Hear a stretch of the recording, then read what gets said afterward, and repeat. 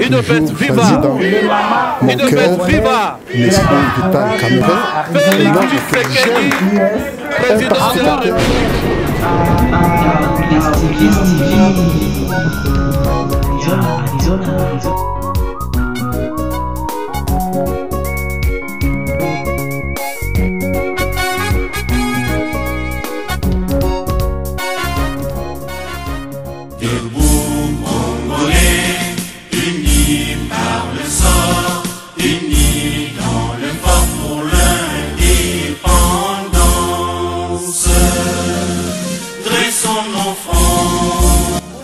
UDPS viva! Viva! UDPS viva! Viva! Viva! Félix Tshisekedi, président de la République démocratique du Congo. Viva! On va acclamer pour notre président.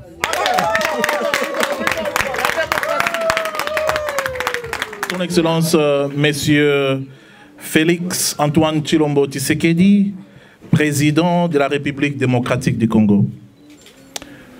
Et ce message est transmis, copie pour information, au président ad intérim de l'UDPS, au secrétariat général de l'UDPS, au secrétariat général de l'UDPS en charge de la fédération extérieure, et tous sont à Kinshasa limité. Excellence, Monsieur le Président de la République, à l'occasion de votre victoire à l'élection présidentielle de la République démocratique du Congo du 30 décembre 2018 et au nom de la section UDPS Arizona aux États-Unis, au nom des amis de Félix Tshisekedi ici à Arizona, l'honneur nous échoit de venir par la présente vous adresser nos chaleureuses félicitations. Félicitations suite à votre victoire comme président élu de la République et nous y ajoutons nos vœux, le meilleur de bien-être, de réussite dans l'exercice de vos éminentes charges au service de vos compatriotes que nous sommes dans votre quinquennat à la tête de notre pays. Par la même occasion, nous rendons hommage au peuple congolais et nous sommes convaincus que vous ferez tout ce qui est à votre pouvoir pour la paix, promouvoir la paix, l'unité et l'inclusion de toutes les forces de la nation congolaise dans une politique structurée qui va certainement permettre à notre pays de remonter la pente, n'est-ce pas, sur le plan économique et retrouver la place dans les concerts des nations. L'UDPS Arizona et les amis de Félix Tshisekedi Arizona sont souciés de redécollage de notre pays et vous souhaitent plein succès, vous soutiendra vivement pour bâtir un Congo plus beau qu'avant.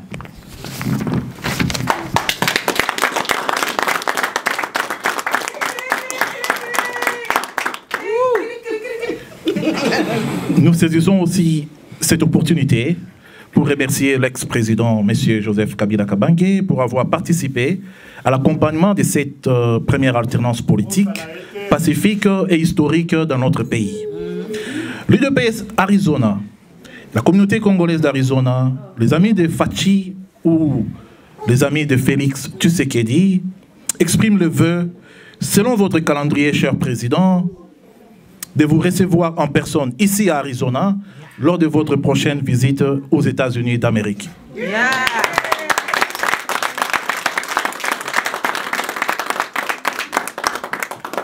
Veuillez croire, Excellence, Monsieur le Président de la République, à nos sentiments patriotiques. Pour la section UDPS Arizona et les amis de Fachi, nous signons ingénieur Jean-Paul Kabwe-Belechai, président. Je dis et je vous remercie.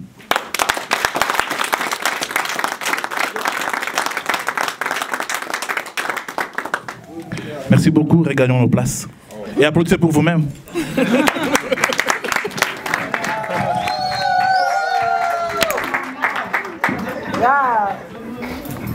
Ok, nous allons lire un petit discours pour la circonstance. À son Excellence, M. Félix Antoine Tshisekedi, le président élu, C'est ça le titre de notre message que nous allons lire ce soir. À son Excellence, Monsieur Félix Antoine Tshisekedi Tshilombo, président élu de la République démocratique du Congo, chers compatriotes congolaises et congolais, réunis en ces lieux pour savourer la réussite de l'exercice des élections démocratiques en République démocratique du Congo. Nous, les mamans et filles congolaises de la diaspora Phoenix, Arizona, US, avons l'honneur d'élire notre mot de circonstance au président Félix Antoine Tshisekedi Tshilombo pour lui témoigner notre indéfectible attachement aux idéaux du parti et à la défense des droits et obligations de la République démocratique du Congo. Partout au monde pour le bien du peuple congolais, car papa a dit les peuples d'abord. Nous retirons notre soutien total à notre président, président des jeunes, président de tous les Congolais sans exception. Pour réussir à son mandat quinquennal, pour ce faire, nous, les mamans de Phoenix, Arizona, nous barrerons la route à tous les antivaleurs qui veulent tuer la démocratie naissante dans la République démocratique du Congo. En conclusion, nous les mamans et filles congolaises résidant à Phoenix, Arizona, US, restons éveillés et disponibles pour contribuer à la réussite de ce mandat pour que les Congolais en particulier et les Africains en général se réussissent de leurs droits de vie et défendent leur dignité et les terres de leurs ancêtres.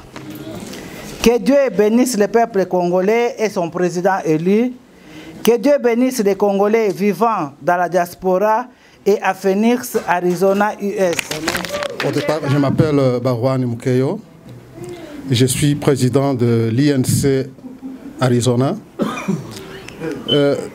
Personnellement, je suis frappé des émotions qui ne me permettraient pas de parler ce que je pouvais parler. Je ne sais pas carrément expliquer mes émotions. Et après, le chef de l'État actuel, passé comme je l'ai dit, je me disais peut-être que ce n'est pas vrai. À plus forte raison qu'il a été accompagné par mon plus cher personnalité que j'ai toujours choisi dans mon cœur, Monsieur Vital Kamerhe, un homme que j'aime, un pacificateur jamais vu. Une tête bien faite. Et encore une fois, ils se sont ralliés des personnes qui valent la peine. Pour ceux qui m'ont entendu parler bien avant, c'est avec qui j'ai changé les avis politiques. Ils savent de quoi je parlais de Félix Tshisekedi. Sur ce, j'approuve dans lui un politicien de carrière. J'approuve dans lui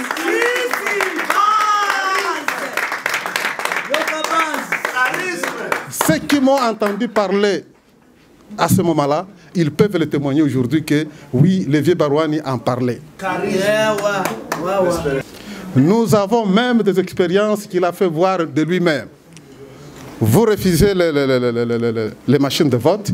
Lui, il dit, avec machine, sans machine, moi j'y vais. Nous avons entendu des critiques par-ci, par-là. Moi, personnellement, j'ai fait aussi mes analyses politiques et je me suis dit qu'il a raison. Quand j'essayais de discuter avec les gens, ils me disent, mais non, et toi aussi, je ne sais pas tuer comment. Je dis, non, non, non. Je trouve en lui, il a raison. Eh bien...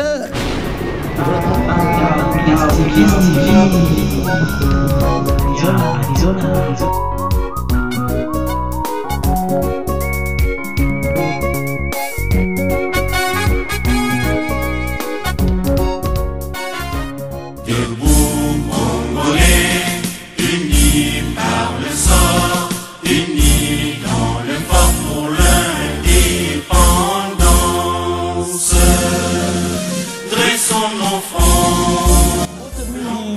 nyonso bazolanda à travers site na biso IWTV toza en direct na plateau na biso toza na ba invité oyo basali biso toza la lelo toyaki awa pona événement monene oyo esalameki awa na kati ya state na biso ya Arizona précisément awa na kati ya ville ya Phoenix parce que Phoenix eza ville monene awa na kati ya state ya Arizona nde esika lelo tosangani awa tokutani na bakonzi moko donc bakonzi oyo bazo représenter mboka na biso Congo ndeti na tozali awa mais avant to passer na ba invité na biso na kopesa nano mbote na notre réalisateur papa Kigabe Mutumishi tozana ye aza sima ya caméra ngai lokola journaliste na bino humble serviteur Moïse Muzaliwa toza awa en pleine émission toza na président oyo a représenté IDPS na kati ya state na biso ya Arizona précisément awa na ville ya Phoenix mbote ndeko Jean-Paul Mbote ndeko Moïse. Ya vraiment avant natanga comme on a kolinga yo moko on se présenter devant ba téléspectateurs nyonso bazolanda biso à travers chaîne na biso ya IWTV. OK, merci beaucoup ndeko Moïse. Yambo na me présenter na lingi na pesa yo merci pour na opportunité oyo pesi biso lelo pour participer à l'émission na yo. Et Komborangai Jean-Paul Kaboué Berechai Nazabongo président il y a UDPS na Arizona section Arizona parce que UDPS est allé organiser une fédération en États-Unis chaque état est dans la section alors section Arizona est allé bongo et Kambami Nabiso Jean-Paul Kaboué Berechai et lelo nazanga mon côté nengo moni naena mopanzi na ngai Mama Harmonie Louvezo azana biso awa lelo molonga ni nanga na lingaka mingi to aye pour soutenir biso. OK vraiment président Jean-Paul bon ngana benjo président mais pardon parce que nano toyebi fonction na yote na kati ya parti ya IDPS toyebi angote mais tokolinga o expliquer batu na IDPS parcours no ya IDPS pour comment la IDPS ezalaki ndenge nini. En tout cas, merci beaucoup Papa Moïse pour na motuna. Na banzi IDPS ezali parti moko ezali la fille aînée ya opposition na mboka na biso Congo. Et IDPS est organisé na intérieur ya mboka na biso sur le plan national. Toza na gouvernement autobengi secrétariat national. Et puis toza pe na organisation na kati ya gouvernement wana toza na service autobengi secrétariat relations extérieures. Yenda kambaka ba diaspora to UDPS oya extérieur ya mboka. Et na kati wana okuti ba fédération lokola ya Europe, lokola ya Canada, lokola ya États-Unis. Alors na mboka na biso États-Unis toza na fédération na biso oya Kambemi na président Kanku oya azasiko na Kinshasa. Adjoint na ye ezali bongo Jean Robert. Tozala ki na ye kala mingi te awa na novembre pour la conférence na biso. Et puis, na niveau ya Arizona, au Tobengi section, donc yangonde et Pesameli biso, poto kamba, bakonzi a parti, bamona ki kati na biso, babongisi, ya koksangisa bana ya Congo, bakombatant ya UDPS awana Phoenix, nde ba pesa ki biso makoki wana, poto yeba kokamba UDPS awana kati Arizona, et cela ça fait plus ou moins une année que toujours combattu IDPS. Mais en tant que combattant, il faut dire que nous avons membre de la section à IDPS au niveau à Kinshasa parce que tout dans les États-Unis, ça fait 10 ans. Mais tout dans la Kinshasa, ou puis nous avons membre de IDPS dans la section Kuna, à Kinshasa, à Tchangu. Et puis, tout ça, ma preuve nabiso. Tout comment payer article, pour contribuer à l'avancement et à partir nabiso. Et tant que tu es aux États-Unis, de te continuer quand on a l'olenge moko wana pe ba konzibate biso confiance pour to kamba mboka na biso surtout kamba parti na biso awa na niveau ya Phoenix na Arizona États-Unis.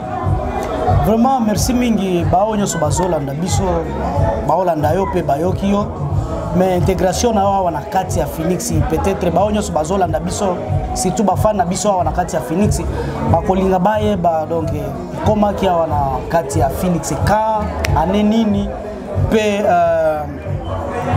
section ya IDPS eza ndenge nini awa na kati ya Villa Phoenix. OK, merci beaucoup pour la motuna na yo. Je pense que sur le commun des États-Unis en 2009, tout est Kinshasa, tout s'établir en Californie. Et le monde a molonga nabana, et après 5 ans, de bouger en Arizona. Et depuis tout comment en Arizona, je crois il y a encore presque 5 ans. Alors, nous avons IDPS, ils sont partis où il y a des combattants. Parce que tous sont partis au Tobin à la base. Dans la base au sommet. Et c'est quand nous sommes combattants, il y a 2 ou 3 réunis. Il y a IDPS. Donc, il y a déjà dans IDPS. Mais alors, tu as vu qu'en Arizona, tous dans la communauté congolaise est belée. Les combattants sont belés.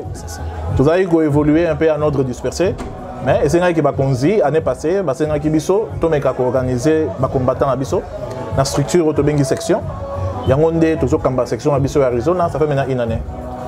Vraiment merci mingi na balandio onyo so bazolanda biso parce que soki to zongi simana 2015 tozalaki tosalaki marche moko apona ko soutenir candidature ya papa fait Etienne Tshisekedi tozalaki to invitaki batu ya Tucson bayaki awa mais pour nous présenter bateau azali responsable à IDPS azalaki te mais na bateau nyo so bazolanda biso vraiment to sepeli nano na courage nayo na initiation nayo oyo ye nango parce que avant IDPS azalaki awa na président ezalaki ka ba membre o ngana za membre IDPS ngana za mais responsable fondateur ya IDPS en Arizona azalaki te vraiment côté wana na lobby vraiment merci na initiation oyo ye nango na kati ya ville na biso ya Arizona et ya Phoenix mais siko tokolinga toyeba événement ya lelo awa toza awa lelo pona nini parce que tomoni bato baza ebele baonyo so bazolanda biso bakomona image bato baza ebele baza ko sepela baza ko bina toyebi pourquoi tozali awa toza pourquoi toza awa te toyebi pona nini toza awa lelo okoyebi sana baonyo so bazolanda biso pona nini toza awa papa président. Merci de Moïse pour la motuna na yo. Je pense qu'en tant que Banamboka Congo, tu es bisognos que la fin de l'année 2018, dans le mois de décembre, tu as dit que tu bengi maponami. Maponami c'est qui na Congo, maponami oyo ezali aboutissement, il y a longue lutte oyo il y a IDPS pendant 38 ans. Et pour la première fois notre pays a connu Otobengi alternance démocratique, c'est-à-dire un président en exercice sortant. Oyo Atike Bonga, Nanzela Maponami, le président Oyo Azali, élu démocratiquement entrant. Et Bassali remise et reprise. Tout le monde a quitté Sowana dans le Canabiso, dans le mois de janvier passé. Et ce sont des moments historiques. Moments historiques, Oyo Sali que mon agnon soit Congo, et si quand on soit Azali à Sepelaki. À Sepelaki, et particulièrement Bisso Batouaba dans IDPS, et ça, accomplissement, il y a 38 ans de lutte. Il y a combat non armé. Bikina papier, ville morte, marche, longue dictature na Congo. Et le lot, moko ya IDPS, président Nabiso, son excellence, Félix Tshilombo Tshisekedi, Oyo a gagné bongo l'élection, a commis le lot président. Pour la première fois, l'IDPS a eu pouvoir na Congo. Alors, événement, non seulement victoire à la démocratie, dans une alternance démocratique, mais aussi dans une IDPS après 38 ans de lutte, tout le pouvoir, et ça événement. Dans le IDPS na Arizona, baloba kité tokotika la simade, et c'est geli to sepela pour na mona mboka Félix Tshilombo Tshisekedi, na victoire dans une élection, na présidence, et puis la victoire à la démocratie, to kutana. To sepela elongo et to peta masolo ya ndenge nini to kosunga mboka na biso ndenge nini to kosunga son excellence président na biso Félix Tshilombo Tshisekedi na ba idée na ba projet pour être to ba ko soutenir au to bengi développement ya mboka na biso nde yango tina tozali awa na poko ya lelo au to pesi ba message biso ya ba message ya félicitations. Et puis par la même occasion, Tolobi Boye, que Bisso, la diaspora congolais, au Tozana Arizona, Toza ko soutenir totalement. Nous donnons notre soutien total dans mon Mboka, son excellence Félix Tshilombo Tshisekedi. Toza ko soutenir le projet de société naïe, où ils allaient bon lutte contre la pauvreté, où ils allaient centrer sur l'homme congolais, où il faut utiliser les ressources humaines, les capacités. Yango moni tout lancer appel na poko alelo na diaspora. Tout le bidon, biso ba diaspora ya Congo otoza en Arizona. Et sengeli to kutana, to pesa ba idée, ba projet oyo to ko komisa ngona ba konzina biso pour to ba comment est-ce que to komema moi brique na biso na construction ya Congo oya sika otolingi et même développement pour na bonheur et épanouissement ya ba na nyonso ya Congo. Ok, vraiment, merci mingi ndeko président Jean-Paul nakati ya États-Unis d'Amérique, précisément na ville ya Phoenix. Vraiment, bato balandio, pe bazoyo kayo, mais ezana maloba moko ezolomba bake non pour la makambo élection. Ezana bato mosusu balobio nakati ya élection, tricherie ezalaki, Chilombo asalaki boya trichaki, boye na boye. Pona bato bazolo ba makambo wana selo yo en tant que président ya IDPS awana kati ya Phoenix okoloba nini na bato wana o bazolo ba makambo wana pe baoyo balingi bakotisa makambo ya tribalisme nini message nini ya malamu kopesa na bato nyonso bazolo ba makambo wana. Non, merci beaucoup par Moïse parce que c'est une question d'actualité. Yes. C'est ngeli to lobela yango. Je pense que tous en Congo karamoko biso ba congolais ba congolaises. C'est ça. Et Congo na biso et outil na lutte oyo pour la bonne gouvernance pour la démocratie. C'est ça. Oyo opposition na pluralité na ngonyoso basangisa ki maboko pour na combattre auto bengi dictature. C'est ça. Et pour tout installer auto lobby état de droit na mboka na biso Congo. Alors pour cela en tout cas message ezara moko na mapona minyoso ezala en États-Unis et en Europe il y a toujours un gagnant et il y a un perdant. Aucun n'a jamais une élection pour Batoumi Baleba gagner. Aucune élection pour Moutoumoko a gagner et il y aura un perdant. Et en démocratie, le perdant sportivement et Sengeli à reconnaître Moutou a gagné. Et dans le Biso Congo, il y a une institution autobengi Seni. Il y a une constitution et puis si Makoki pouvoir pour Ayeba organiser une élection pour déclarer Molongi. Nous sommes Salamaki. Tu peux savoir la candidature, il y a eu des élections, c'est organisé. Oui, bien, on peut, il y a machine. Mais quand il y a IDPS, tu dois se préparer. Tu préparer les témoins dans biso, tu préparer le peuple dans biso, la population dans biso, tu mobiliser pour une élection, pour te dire que tu vas gagner. Avec ou sans la machine à voter, on va gagner aux élections. Pour te dire qu'il force à IDPS. IDPS, c'est la partie où ils ont fait à l'opposition. Et ça dit 38 ans de lutte. Batunion sur la politique dans le Congo, en tout cas pour la plupart, 90%. Ils ont battu l'IDPS. Alors, le parti où il y a boyé, et c'est lui qui a gagné l'élection où il y a démocratique. Et nous avons eu les élections, CENI a déclaré vainqueur l'élection. Et il y a eu des recours au niveau à cour constitutionnelle. Et batoyo ba perda ki élection ba mema ki ba preuve te pour la kisa na mokili pour ezala ki en public pour la mokili que bango de balongi. Alors parce que ba preuve c'est ngala ko présenter et c'est ezala ki ba journaux te amindele. Ezala ki peut ba piraterie to ki ndenge nini. Ezala ki ba PV. C'est ngala ki na ba PV na yo oyo tozwa ki na ba bureau de vote pour la kisa ke yo gagner. Et tout le monde qui a voté.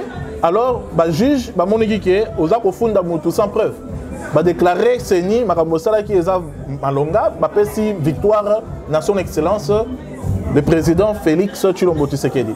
Et le Congo a un président reconnu non seulement par le peuple congolais, la victoire de Pesaki, mais aussi par la communauté internationale. Dans son ensemble, dans la ONU, si dans les pays occidentaux. Alors, le Masolo Ezali a Kotonga Mboka Congo. C'est ça. Pour la Kotonga Mboka Congo, nous avons posé à Batunios. Nous avons posé à Bisso Auto gagné. Nous avons posé à Bisso. Bananios soit IDPS, Banana opposition, Banana cash. Nous avons posé à Bananios. Puis nous avons posé à Bateau va perdre. Bateau va perdre. Puis nous avons posé à Bananios pour la Kotonga Mboka. Pour Congo, il y a Bisso Nyoso. Et c'est Geli Banana Mboka to Sangana. Tout ce qui a division ou ezali ba considération moko tribal. Parce que Congo, ils ont la province belé et bananion sur le Congo et sengeli to zala moko et sengeli to mona bonheur à Congo pe bonheur à Congolais parce que mon doit souffrir les lots oazana pour sa situation est bon na social les a Congolais ils a muto tribu ou to tribu ote mutunyo soit impliqué Et ce côté bien la UDPS, tout ça dans la tribune. Ce côté même la côté opposition, Baza pe na ba tribunios.